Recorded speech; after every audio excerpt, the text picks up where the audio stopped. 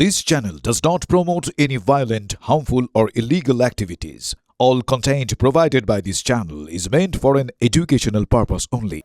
ভাঙনের দিকে নজর রাখতে হবে। আইএসএফ ছাড়া 24 ঘন্টার মধ্যে আক্রান্ত হলেন আরাবুল ইসলাম। গাড়ি লক্ষ্য করে বোমাবাজির ঘটনা হচ্ছে, সেই ভিডিও আপনাদেরকে দেখাবো। আরাবুল ইসলাম আইএসএফ ছেড়েছেন 24 ঘন্টা আগে, তার মধ্যেই তিনি আক্রান্ত হলেন। তার গাড়ির কাঁচ ভেঙে গিয়েছে। কে বা কারা এই হামলা চালালো তা ইতিমধ্যেই তদন্ত করে দেখা হচ্ছে। তবে আরাবুল ইসলাম তিনি কিন্তু আইএসএফকেই নিশানা করছেন। গতকাল রাতে বাড়ি ফিরছিলেন, আর সেই সময় উড়িয়াপাড়ায় তার গাড়ি লক্ষ্য করে বোমা এবং ইট ছোড়া হয় বলে অভিযোগ। তবে তার কোনো আঘাত লাগেনি বলে জানিয়েছেন আরাবুল ইসলাম, এবং তিনি পুরোপুরি এই ঘটনাটাতে আইএসএফকেই দোষেছেন। আইএসএফ ছেড়ে নওশাদকে তীব্র আক্রমণ করেছেন আরাবুল ইসলাম। জনসমর্থন বেশি থাকা ঈর্ষা হচ্ছে নওশাদের। আব্বাস নওশাদের পথের কাঁটাকে সরিয়ে দেওয়ার চেষ্টা। আর কি বলেছেন আরাবুল ইসলাম শুনুন। ভাবলে অবাক হবেন, প্রতিটা ক্ষেত্রে আইএসএফের নেতৃত্বরা আমাকে হেয় করার চেষ্টা করে। শুধু হেয় নয়, বিভিন্ন রকম আমার এখানকার এইসব ছেলেরা আছে, প্রচুর ছেলে আমার ভাঙড়ে, তাদের বলে তোরা ক্যানিংয়ে যা, আরাবুল ক্যানিংয়ে দাঁড়িয়েছিল, ক্যানিংয়ে লড়াই করে। এরম ধরনের বারবার ছেলেদের সাথে প্রায় গণ্ডগোল বাঁধতে যায়, তারপরেও হয়নি। শেষ বেশ ওরা আমার বিরুদ্ধে অনাস্থা আনল। মানে আপনি বলছেন আপনার রাগটা নওশাদ এবং আব্বাস সিদ্দিকীর ওপরেই, এবং তাই দল ত্যাগ? হ্যাঁ, তাছাড়া কি কারণ হতে পারে? আমি ওনাদের দলই, আমি তো চলে এসি, সবাই তো আইএসএফ করে নিয়েছি পঞ্চায়েত সমিতিটা। তাহলে ওনারা আরাবুল ইসলামের বিরুদ্ধে অনাস্থা আনার কোনো প্রশ্ন আছে কি? আছে? তাহলে সেই জায়গাতে অনাস্থা আনলে কি আপনার তখন মনে হবে যে আমার বিরুদ্ধে ওনারাই অনাস্থা আনছে, আবার আমি ওনাদের সাথে গলায় গলা মিলিয়ে চলা কি ঠিক হবে? না পারবো, আমি পারবো না, অন্যরা কেউ হলে পারবে। কিন্তু আপনি তো বহুদিনের রাজনীতিবিদ, আপনি তৃণমূল কংগ্রেসে প্রায় 20 বছরের বেশি থেকেছেন, আর তারপর আইএসএফে যোগদান করলেন। তাহলে আপনার মতন একজন হ্যান্ডকে কেন ব্যবহার করা হলো না আইএসএফ? একটা ব্যাপার হচ্ছে এখানে, একটা সত্যি কথা বলতে কি, আরাবুল ইসলাম যেখানে যাচ্ছে হাজারে হাজারে মানুষ, সেইটা ওনারা মেনে নিতে পারছে না। যে আরাবুল ইসলাম যদি নওশাদের ঊর্ধ্বে চলে যায়, জনসমর্থক যদি আরাবুলের পক্ষে চলে যায়, তাহলে এনাদের বাজার ডাউন হবে। আমি যখন হেরে গিয়েও, আমি যখন ক্যানিং পূর্বে যাচ্ছি, যেখানে যাচ্ছি হাজারে হাজারে লোক। যে ঘটনা ঘটলো, আপনার গাড়িতে বোমাবাজি, ইট মারা হলো, সেটা কি কেন হলো বা কি কারণ বলে মনে করছেন আপনি? এটা শুনুন, ওরা ভেবেছে আরাবুলকে ধমকে চমকে কিছু করা যাবে। আইএসএফরা জানে না, আরাবুল ধমকানো চমকানোর কাছে মাথা নত করে না। আমি মৃত্যুর আগ পর্যন্ত লড়াই করে যাব, কিন্তু কারোর কাছে মাথা নত করব না। আজকে সেসব ডেভেলপমেন্টের উনি 5 বছরে কি করলেন? উনি শুধু বিধানসভায় গিয়ে বড় বড় ভাষণ দিলে তো হবে না, কাজটা করতে হবে, কাজ করে দেখাতে হবে। আমি কলমে এই করে দেবো আর সার্বিক উন্নয়ন হবে না, ওই কলমে কোনো দাম নেই। মানুষের পরিষেবা দিতে হবে, সার্বিক উন্নয়ন করতে হবে, মানুষের পিছিয়ে পড়া মানুষদের সাথে থাকতে হবে। গরিব মানুষের দুবেলা দুমুঠো খেতে পায় না, আমি যদি বলি চলো লাঠিঘাটে করে চলো মিটিং মিছিল, এটা হয় না। মানে আপনি কি সরাসরি নওশাদ সিদ্দিকীকেই বোঝাতে চাই? আমি শুনুন, যে বোঝার সে বুঝবে, আমি কারোর নাম করে বলতে চাইছি না। আমি চাই ভাঙড়ের শান্তি, ভাঙড়ের সার্বিক উন্নয়ন, ভাঙড়ের মানুষ শান্তিতে বাস করুক, ভাঙড়ে বারবার অশান্তি, গুলি বোম বন্দুকের রাজনীতি না করে। আমি সমস্ত ভাঙড়বাসীর কাছে আবেদন রাখবো যে শান্তি বজায় রাখার স্বার্থে সবাই আমরা একসাথে কাজ করি, আমরা পঞ্চায়েত সমিতি পঞ্চায়েতের কাজ করি, তাতে আগামী দিনে মানুষ পরিষেবা পাবে। কিন্তু আরাবুল বাবু, আপনার তাহলে তৃণমূলে হলো না জায়গা, আপনার আইএসএফে জায়গা হলো না, এখন তাহলে আপনার নেক্সট কি? মানে আপনার নতুন পদক্ষেপটা কি হতে চলেছে? কোনো পদক্ষেপ নেই, আমার কোনো পদক্ষেপ নেই। এখন আমি দেখব কি হচ্ছে।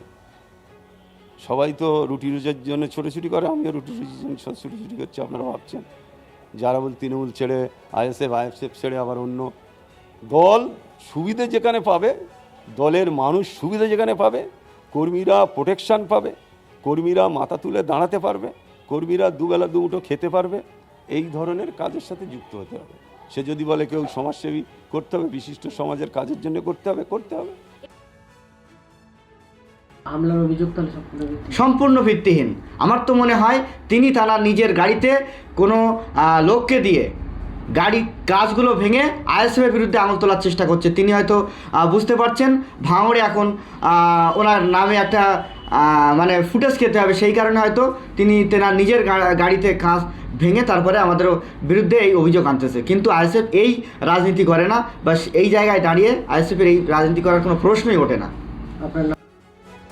আইএসএফ ছাড়ার পরের দিনই আরাবুল ইসলামের বাড়ির কাছে উদ্ধার তাজা বোমা। বাড়ি থেকে ঢিলছোড়া দূরত্বে উদ্ধার 3টি তাজা বোমা। ঝোপের মধ্যে আরো বোমা মজুদ কিনা তল্লাশি পোলেরহাট থানার পুলিশের। পড়ে রয়েছে সেই ছবি এবং তিনখানা তাজা বোমা পাশাপাশি। দল ছেড়েছেন আরাবুল ইসলাম, আর দল ত্যাগের ঠিক 24 ঘন্টা কাটতে না কাটতেই আরাবুল ইসলামের গাড়িতে প্রাণঘাতী হামলা হয়। ঠিক এই রাস্তা দিয়েই তিনি বাড়ি যাচ্ছিলেন, আর এই সোজা রাস্তাটা যেটা দেখা যাচ্ছে যেখান দিয়ে টোটোটি আসছে, সেই জায়গা থেকে আমরা জানি যে আরেকটু গেলে আরাবুল ইসলামের বাড়ি। আর সেই বাড়ির কাছাকাছি আসার যে পথ, এই হচ্ছে সেই পথ যেখানে আজকে সকালবেলা উদ্ধার হয়েছে তাজা বোমা। এই মুহূর্তে আমরা সেখানেই রয়েছি। এখনো পর্যন্ত 3খানা বোমা পড়ে রয়েছে, আমরা দেখাচ্ছি এখনো পর্যন্ত তাজা বোমা পড়ে রয়েছে সেই ছবি, এবং তিনখানা তাজা বোমা পাশাপাশি পড়ে রয়েছে। জঙ্গলের মধ্যে থেকে উদ্ধার হয়েছে এই তাজা বোমাগুলো। আমরা এখানে যারা রয়েছেন জিজ্ঞেস করি তারা কি দেখতে পেলেন। দাদা কি দেখতে পেলেন? দেখলাম বোম পড়ে আসে, এসে দেখলাম ওটাই। যখন রাত্রে অ্যাটাক হয় তখন তো আমরা কখন আপনারা এলেন আর কখন দেখলেন? আমরা সকালে একবার ঘুরে গেছি, দেখিনি। তারপরে কাজে এসছে, গাছ কাটা লাগলি লোকেরা কাজে এসছে, এসে দেখলো বোমটা পড়ে আছে। খবর দিল আমাদের ওখানে, গ্রামের মোড়ে বসেছিলাম, এসে দেখি বোমা আছে। 3খানা তাজা বোমা উদ্ধার হয়েছে উড়িয়াপাড়ার পাশে যে জঙ্গল রয়েছে সেই জঙ্গলের মধ্যে থেকে উদ্ধার হয়েছে। দেবব্রতকে বলবো আরেকটু এসো, এইখানে আরো একটা বোমা পড়ে রয়েছে। আমরা কিছুক্ষণ আগে সেই ছবি আমরা দেখতে পাই এবং এই মুহূর্তে সরাসরি এক্সক্লুসিভ সেই খবর দিল। তারপর এসে দেখলাম এখানে 3টে বোম পড়ে আছে। এখানে কি জঙ্গলে কোনো কিছুর জন্য এসেছিল কেউ? জঙ্গলে কালকে রাত্রে আরাবুল ইসলামের ওপরে অ্যাটাক হয়েছে, তারপরে সকালে এসে দেখলাম যে ওখানে বোম পড়ে আছে।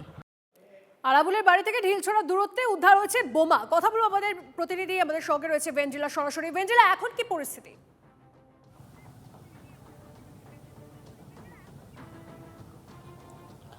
দেখো এখনো পর্যন্ত আমরা উড়িয়াপাড়াতে রয়েছি, অনেকগুলো ঘন্টা পেরিয়ে গিয়েছে, এখনো পর্যন্ত কিন্তু এই বোমা উদ্ধার করা সম্ভব হয়নি।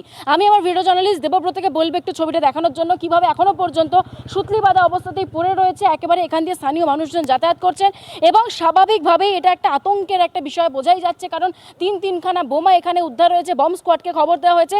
পাশাপাশি তোমাকে জানিয়ে রাখবো যে পোলেরহাট থানার পুলিশও এই মুহূর্তে ঘটনাস্থলে উপস্থিত হয়েছেন, কিন্তু এখনো পর্যন্ত বম্ব স্কোয়াড আসেনি, সেই কারণে কিন্তু তারা এই মুহূর্তে সেগুলোকে রিকভারি করতে পারেননি।